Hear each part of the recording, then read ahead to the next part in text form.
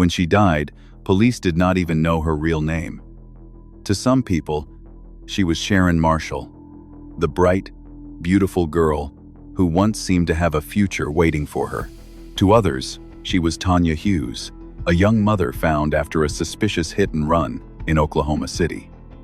But neither name was the truth. Her real name was Suzanne Marie Savakis, and for years, that truth had been buried beneath forged documents, fake identities, and the control of one man, Franklin Delano Floyd. 4 years after Suzanne's death, her little boy, Michael Hughes, was taken from his elementary school at gunpoint, and only then did investigators begin to understand that this was not one tragedy. It was a chain of disappearances, lies, and stolen lives, all leading back to the same man. This case matters because it is not just about what happened to Suzanne Savakis after she died. It is about how much had already been taken from her before that moment. Her name had been taken. Her history had been rewritten. Her identity had been buried under aliases that allowed one man to move her from place to place, story to story, without the people around her ever seeing the full picture. And then there was Michael, a little boy who survived the death of his mother, only to disappear 4 years later from the one place where he should have been safe, his elementary school. What makes this case so disturbing is not only the violence. It is the slow realization that the warning signs were scattered everywhere in false documents, changing names, broken stories, and adults who only saw fragments of the truth. By the time investigators finally put those fragments together, Suzanne was gone, and so was Michael. Before the world knew her as a case, she was a young woman moving through life under names that were never truly hers. To classmates, she was Sharon Marshall. She was remembered as intelligent, striking, and full of possibility. The kind of girl people noticed, not because tragedy followed her, but because she seemed to be reaching for something better. There were people who saw brightness in her. There were people who believed she had a future. And that is part of what makes this case so painful. For a moment, from the outside, it looked like Sharon was building a life. But behind that name was a deeper truth. Sharon Marshall was not Sharon Marshall at all. She was Suzanne Marie Savakis, a girl whose real identity had been buried so deeply that even after her death, it would take years for investigators to give her back her own name. By the time authorities encountered her as Tanya Hughes, she was a young mother in Oklahoma, trying to survive inside a life shaped by false papers, shifting stories, and the control of Franklin Delano Floyd. To people around her, Floyd appeared in different roles depending on the moment and the identity being used. But what stayed consistent was the imbalance. He was older, he was controlling, and he was always close enough to shape the story before anyone else could understand it. Suzanne's life cannot be introduced like an ordinary biography, because so much of it had been deliberately distorted. The basic facts most people rely on: a name, a family history, a childhood, a clean paper trail had been fractured. She was remembered in pieces. Sharon, by those who knew the student with promise. Tanya, by those who met the young mother. Suzanne, by the family and investigators, who would later uncover the truth. And then there was Michael. Her little boy became one of the clearest reminders that Suzanne was not just a mystery in old photographs or a woman with too many names. She was a mother. She had a child whose life depended on the adults around him recognizing danger before it reached him. But that recognition came too late. When Suzanne died in 1990, after a suspicious hit and run, the world still did not know who she really was. The woman who had already lost her name was gone before anyone could fully understand what had been taken from her. And 4 years later, Michael would disappear too. The investigation into Suzanne Savakis did not begin with her real name. It began in Oklahoma City in April of 1990, when a young woman known to authorities as Tanya Hughes was found critically injured after what appeared to be a hit and run. At first, the case seemed tragic, but simple. A woman had been struck. She was taken for medical treatment. Her husband was notified. A small child was left behind. But almost immediately, there were things that did not sit right. The man who came forward as her husband called himself Clarence Hughes. He presented himself as the person closest to her, the one who could explain who she was, where she had come from, and what kind of life she had been living before the crash. On paper, That should have made him the natural source of answers. Instead, he became the beginning of the questions.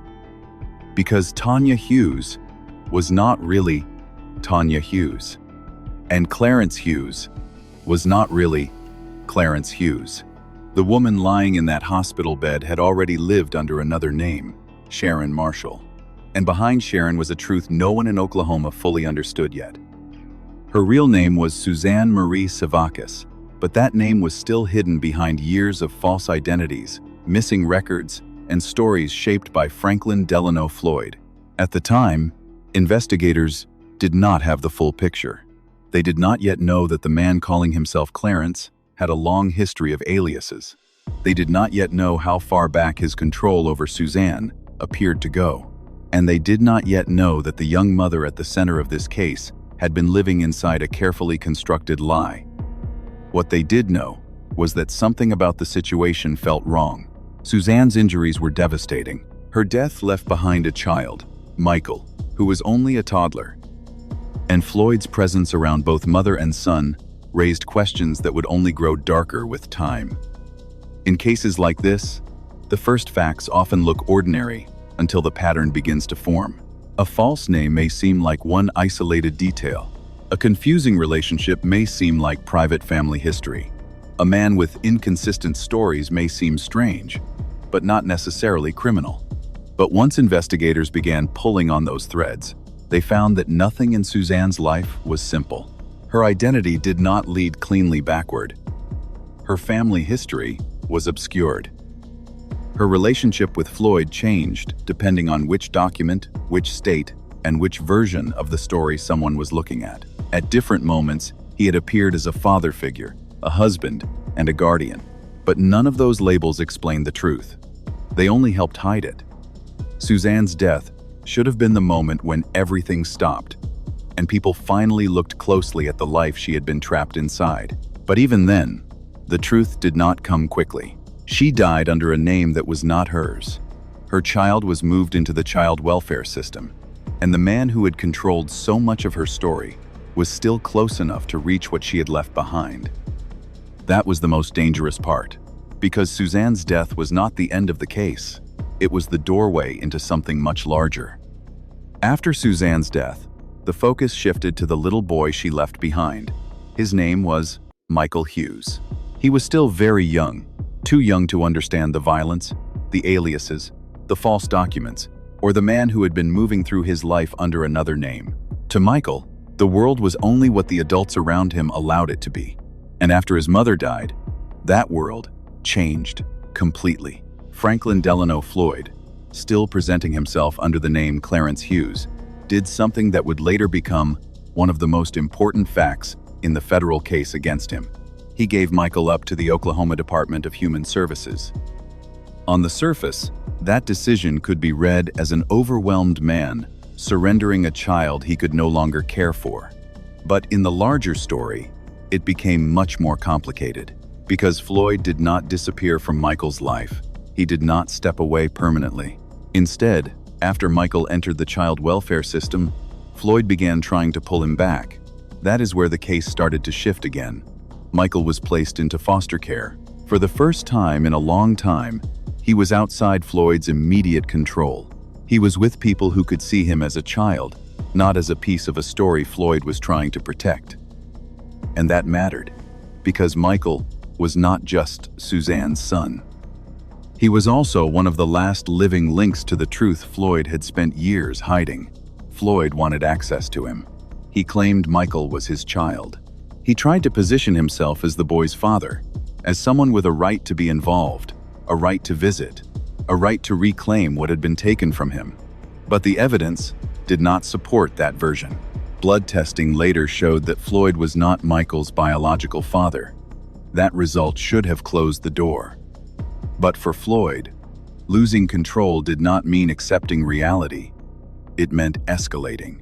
The foster placement gave Michael a chance at stability, but it also created a new threat. Because once Floyd understood that the system would not simply hand the boy back to him, Michael became the center of his obsession. The same man who had lived under false names, rewritten Suzanne's identity, and shaped the truth around himself, was now facing a boundary he could not manipulate as easily. And that boundary was a child welfare decision. For most families, a court order or a custody ruling is a legal matter. For Floyd, it became a trigger. The system had taken Michael out of his reach. Foster parents were caring for him. Authorities were questioning Floyd's claim to him. The lies that had worked for years were beginning to fail. But the danger was that no one yet understood the full scale of who Floyd was. They saw a man fighting for a child. They saw a custody dispute. They saw a complicated family situation after a young mother's death. What they did not yet see clearly enough was that Floyd's relationship to Michael was not rooted in fatherhood. It was rooted in control. And when control through paperwork failed, Floyd turned to force. 4 years after Suzanne died, Michael was no longer a toddler.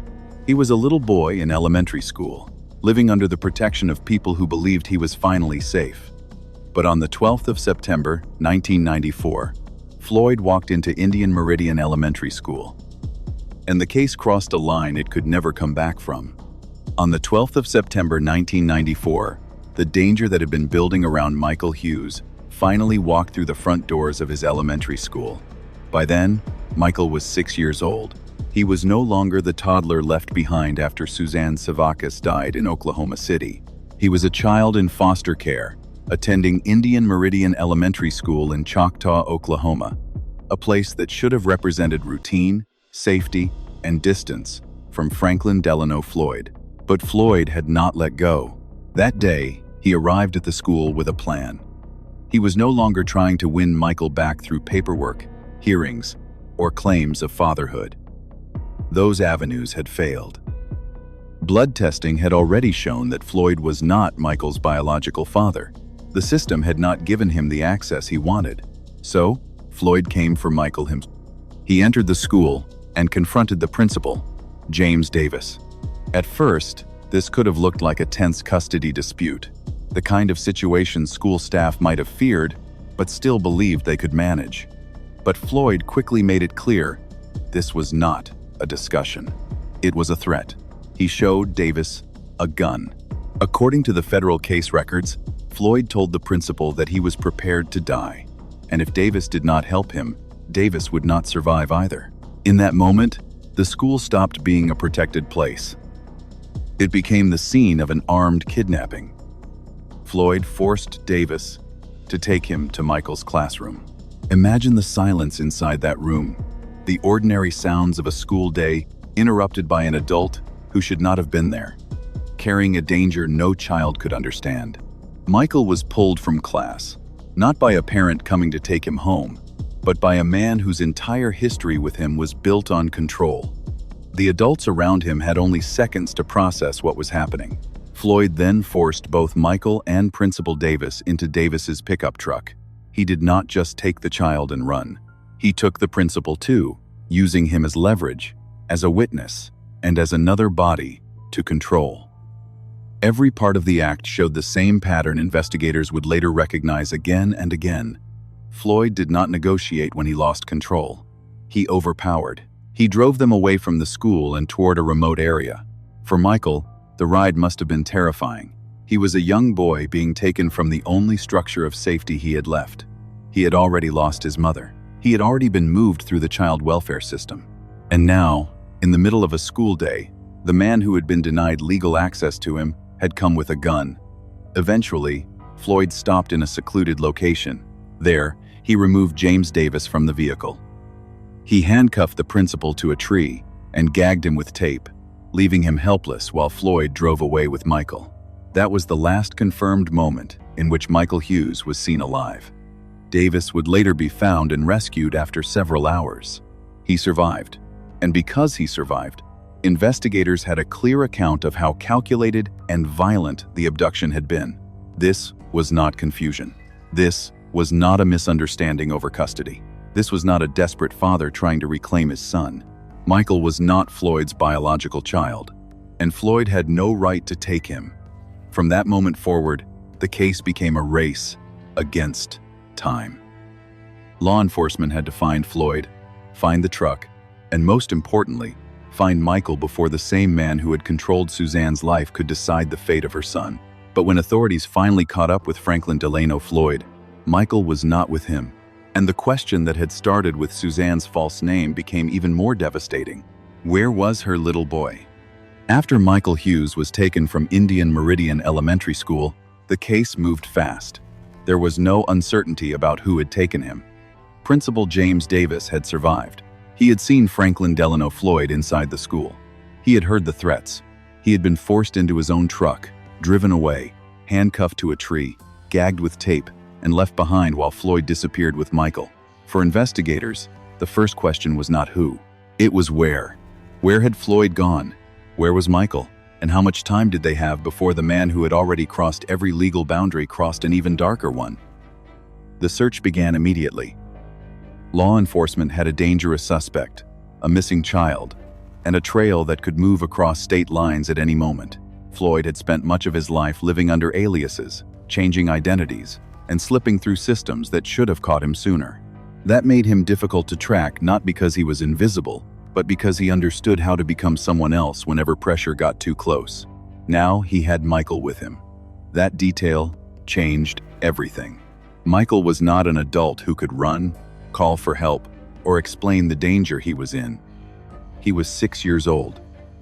He had been taken in the middle of a school day, pulled away from classmates, teachers, and the small sense of safety he had built after losing his mother.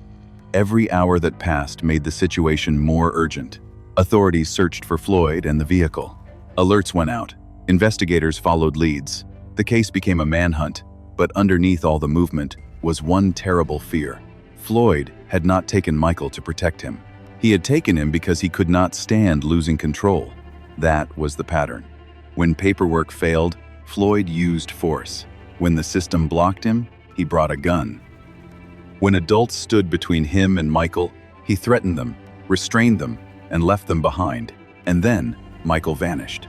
Almost 2 months later, on the 10th of November 1994, the FBI arrested Franklin Delano Floyd in Louisville, Kentucky. On paper, it was a breakthrough. The man who had walked into the school with a gun was finally in custody. The chase was over, but the most important part of the case was still missing. Michael was not with him. That absence became louder than any confession, any denial, any explanation Floyd could offer. Investigators had found the kidnapper, but not the child. And from that point forward, the case changed from a recovery operation into something colder, slower, and more painful. Where was Michael Hughes? Floyd did not give a clear answer. Instead, he shifted, withheld, and manipulated, just as he had done for years. He understood that Michael was now the one thing everyone wanted from him. The boy's location became leverage. The truth became a weapon Floyd could hold back. At one point, he suggested he might reveal where Michael was if he received protection from further prosecution. It was not the language of a grieving father. It was the language of a man bargaining with a child's life. And that told investigators something important. Michael's disappearance was not separate from Suzanne's story. It was the continuation of it. Suzanne had died under a false name. Her real identity had been buried beneath Floyd's lies. Now her son had disappeared into the same darkness taken by the same man, hidden behind the same refusal to tell the truth. For Michael's foster family, the waiting became its own kind of punishment. They had loved him. They had cared for him. They had believed he was safe. And then, in one school day, he was gone. There was no body, no confirmed location, no final goodbye. Only the image of a little boy being taken from class, and the knowledge that the man who took him had already spent years destroying lives and rewriting identities. By the time Floyd was in custody, investigators had one suspect, one missing child, and one devastating realization. Finding Franklin Delano Floyd did not mean finding Michael, and the longer Michael remained missing, the more the case began to point backward back to Suzanne, back to the false names, and back to the question that had haunted this story from the beginning. How many lives had Floyd stolen before anyone truly understood who he was? When Franklin Delano Floyd was finally brought into court, the legal question was not just whether he had taken Michael Hughes. That part was clear. He had entered Indian Meridian Elementary School with a gun. He had threatened Principal James Davis. He had forced Davis and Michael into a truck. He had driven them away from the school, restrained the principal, and disappeared with the child. But Floyd's defense tried to turn the case into something else. He argued that, under federal kidnapping law, he should be treated as Michael's parent and therefore protected by the parental exception in the kidnapping statute. In other words, he attempted to frame the abduction not as a violent crime, but as a custody issue. It was a strategy built on the same kind of distortion that had followed this case from the beginning. Floyd had spent years changing names, changing roles, and changing stories. Around Suzanne, he had appeared as different things to different people: a father figure, a husband, a guardian, a man with answers. Around Michael, he now wanted the court to see him as a parent, but the evidence did not support that version.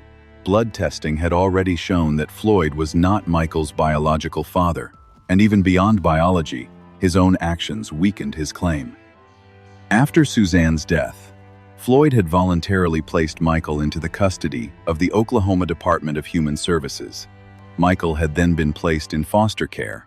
By the time Floyd walked into that school in September of 1994, he was not acting as a lawful parent retrieving his child.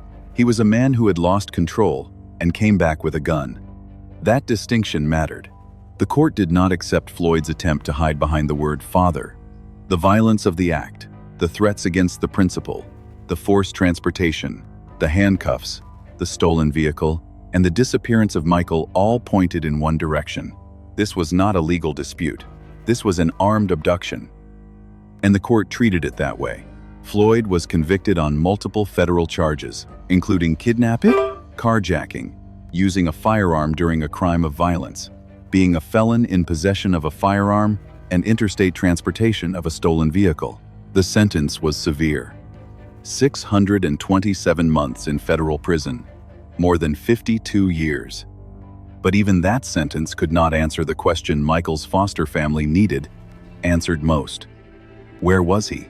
That is the cruel shape of this part of the case. Legally, the government had enough to punish Floyd for the kidnapping. They could prove the school abduction, they could prove the weapon, they could prove the threats. They could prove that James Davis had been taken, restrained, and left behind while Floyd fled with Michael. But they still did not have Michael. The courtroom could define Floyd as a kidnapper. It could reject his claim of fatherhood. It could put him behind bars for the rest of his functional life. But it could not bring a 6-year-old boy home. And in many ways, Floyd's failed legal defense exposed the pattern at the center of the entire story. He used labels when they helped him: father, husband, guardian, Clarence Hughes, Brandon Williams. Whatever name or role served the moment, Floyd stepped into it. But underneath every version was the same truth. He was not protecting Michael. He was preserving control. And when the law finally stripped away the false role he had built for himself, what remained was not a father fighting for his son.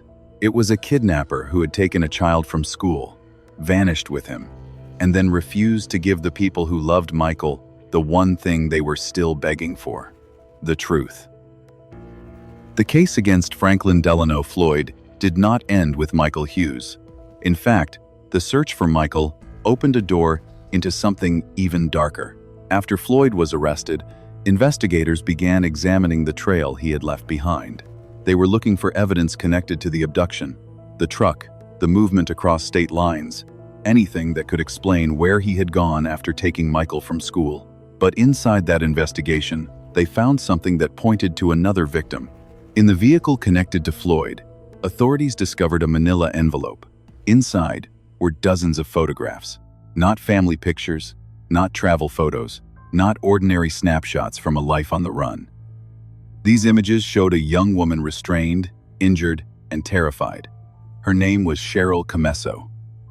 Cheryl was not a random person from Floyd's past. She had once worked with Suzanne Sivakis in Florida during the period when Suzanne was living under the name Sharon Marshall. That connection mattered because it placed Cheryl inside the same orbit, close enough to Suzanne, close enough to Floyd, and close enough to the lies he was trying to protect. At first, the photographs, were evidence of brutality. Then they became evidence of murder.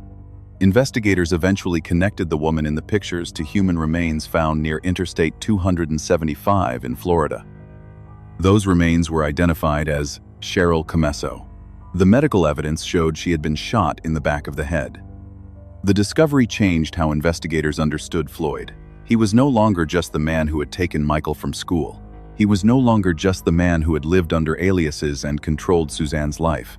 The Cheryl Comesso case revealed a pattern of violence that was not theoretical, not suggested, not hidden behind confusing family labels. It was documented. There were photographs. There were remains. There was a victim who had once been close to Suzanne. And there was Floyd, carrying evidence that tied him to a crime he could no longer explain away with a false name or another invented role. This is where the story becomes especially important to handle carefully. Because Cheryl's case should not be treated as a side plot or a shocking detail added only for impact, she was a victim in her own right, a woman with her own life, her own history, and her own people who were left waiting for answers. But in the larger investigation, her murder also helped show what kind of danger had surrounded Suzanne long before the truth was fully known. It suggested that people around Floyd did not simply disappear from his life. Some of them disappeared permanently. The evidence from the truck gave prosecutors a path forward in Florida. Floyd was eventually tried and convicted for the murder of Cheryl Comesso. He was sentenced to death. That conviction mattered because it gave legal weight to what investigators had been uncovering piece by piece. Floyd's life was not just built on aliases. It was built on violence, control, and the ability to move from one state to another while leaving victims behind. But even with that conviction, the questions surrounding Suzanne and Michael did not disappear. Cheryl's case proved Floyd could kill. It proved he could keep evidence. It proved that when someone became a threat to the story he wanted to control, the outcome could be fatal. And that forced investigators to look back at Suzanne's suspicious death with a colder understanding. They still could not legally say Floyd had killed her. He had not been tried or convicted for Suzanne's death. But now, the man at the center of her life had been tied to another woman's murder, a woman who had once worked with Suzanne and existed inside the same dangerous circle. The envelope in the truck did more than solve one part of the case. It changed the shadow over all of it. Because by then, investigators were no longer dealing with a confusing custody dispute, a woman with false names, or a missing child in isolation. They were looking at a pattern, and every part of that pattern led back to Franklin Delano Floyd. For years, the case sat in pieces. There was Suzanne, who had died under the name Tanya Hughes. There was Sharon Marshall, remembered by people from an earlier part of her life as a bright young woman with promise. There was Michael Hughes, the little boy taken from his elementary school in 1994 and never seen again. And there was Franklin Delano Floyd, the man whose aliases seemed to run through every part of the story. But the truth connecting all of them had never been fully brought into the light. By the early 2010s, investigators were no longer looking at Michael's disappearance as an isolated kidnapping. They were looking backward.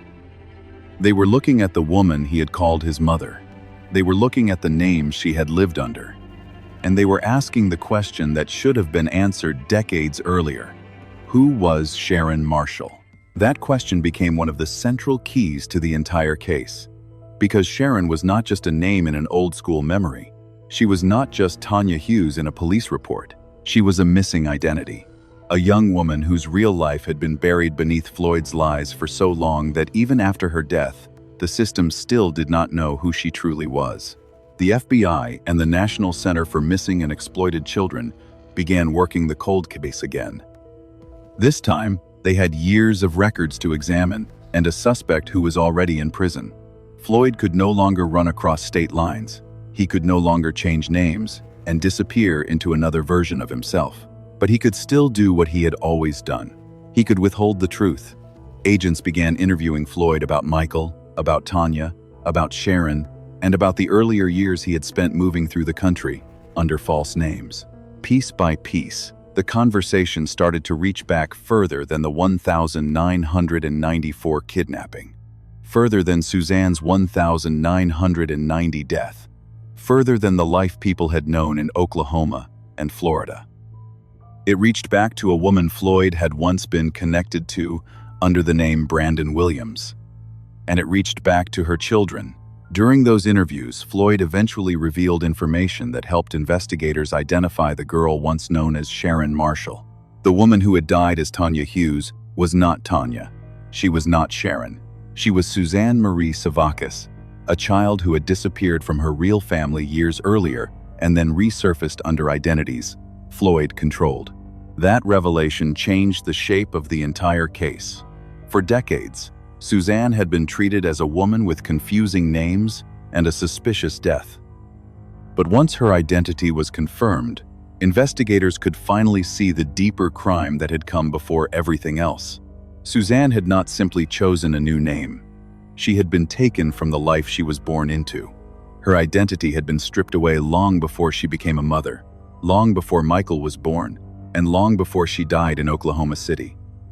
The tragedy was not only that Suzanne died young, it was that she had been missing in plain sight. People had known her. People had cared about her.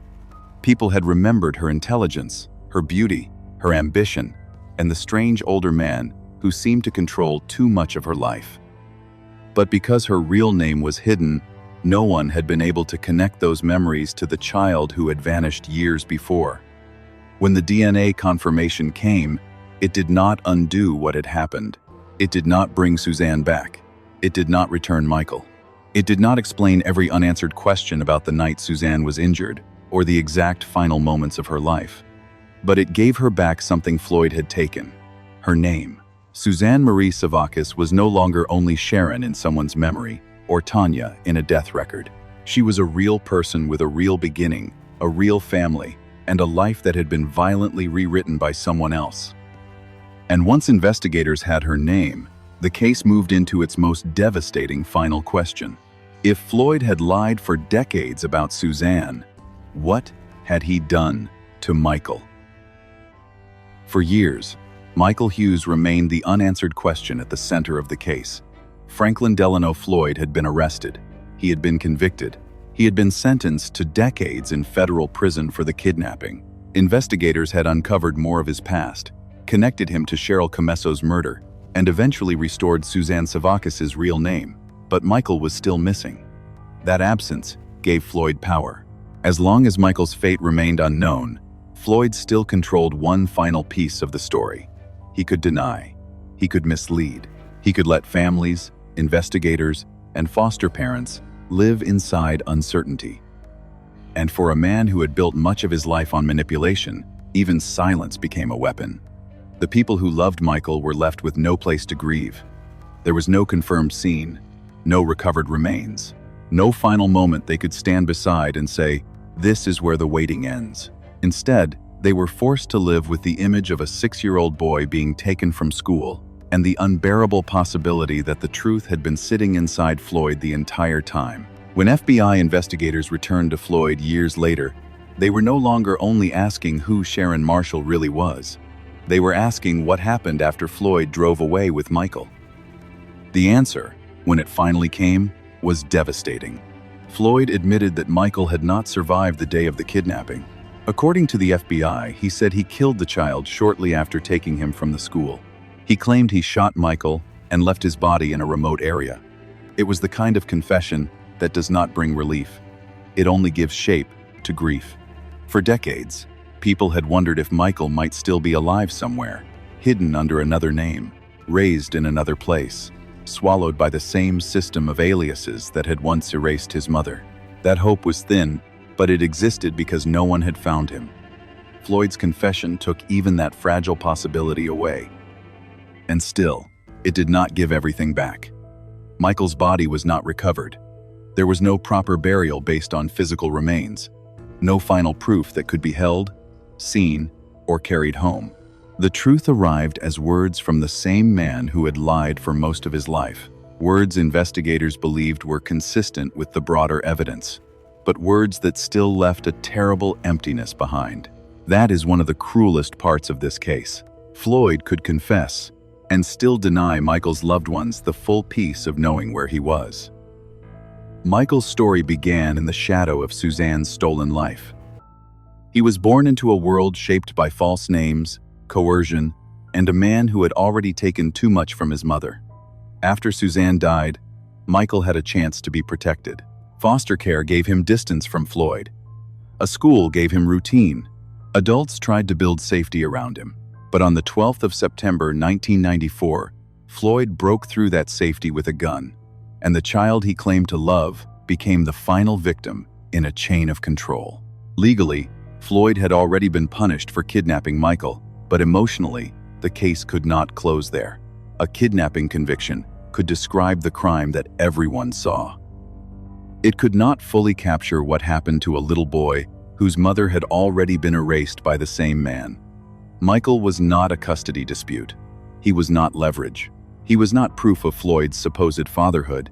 He was a child, a 6-year-old boy who should have been sitting in a classroom, growing up in safety, carrying whatever pieces of his mother remained into the future. Instead, his life ended before he ever had the chance to understand the story he had been born into. And when Floyd finally told investigators what he had done, the truth did not feel like closure. It felt like confirmation of the fear that had been there from the beginning. Suzanne had been taken from her real life. Michael had been taken from his school, and both of them were lost to the same man. In the end, Franklin Delano Floyd faced justice for parts of what he had done. He was convicted in federal court for the kidnapping of Michael Hughes, along with related charges tied to the gun, the vehicle, and the violent way he took a child from school. The sentence was more than 5 decades in prison, a legal acknowledgement that what happened at Indian Meridian Elementary School was not a custody dispute, not a misunderstanding, and not an act of fatherhood. It was an armed abduction. Floyd was also convicted in Florida for the murder of Cheryl Comesso, the young woman whose photographs were found during the investigation and whose remains were later identified. For that crime, he was sentenced to death, but the law could only reach the crimes it could prove. Floyd was never convicted for Suzanne Sevakis's death. Her 1,990 hit and run remained one of the darkest shadows in the case, suspicious, disturbing, and impossible to separate emotionally from the man who had controlled so much of her life, but never resolved in court as her murder. And Michael never came home. Even after Floyd admitted that he killed him, Michael's remains were not recovered. There was no full physical return, no final place for the people who loved him to stand, no ending that felt complete. That is why this case does not close cleanly. Legally, there were convictions. There were sentences. There was a death row. There was an official record of Floyd's violence. But emotionally, the damage reaches far beyond the courtroom. Suzanne lost her name long before investigators gave it back to her. Michael lost his life before he ever had the chance to grow into his own story. Cheryl lost her future because she crossed paths with a man who carried violence everywhere he went. And around all of them was the same pattern: false names, isolation, control, movement across state lines, and adults who only ever saw pieces of the truth. The lesson in this case is not simple, because the failure was not simple. It was not just that one man lied. It was that his lies worked for years. He used paperwork, aliases, relationships, fear, and confusion to keep people from seeing the whole picture. Each fragment looked strange: a changing name, a controlling older man, a young woman with a hidden past, a child caught in a custody claim that did not add up. But together, those fragments formed a warning. Danger does not always arrive as one obvious event. Sometimes it appears as a pattern no one connects soon enough. Suzanne Sevakis deserved to live under her real name. She deserved a future that was not controlled by the man who stole her past. Michael Hughes deserved to grow up safely, far away from the violence that had already taken so much from his mother. Cheryl Comesso deserved more than to become another piece of evidence found after another crime. Franklin Delano Floyd died in prison, but his death did not undo what he left behind. It did not return Suzanne's stolen years. It did not bring Michael home. It did not erase the questions that still surround the life Suzanne was forced to live, and the death she never received justice for. What remains is the truth investigators finally uncovered. Sharon Marshall was never just a name in an old photograph. She was Suzanne Marie Sevakis, a daughter, a mother. A young woman whose real identity was taken from her for far too long, and telling her story means giving back, at least in memory, what Franklin Delano Floyd spent years trying to erase.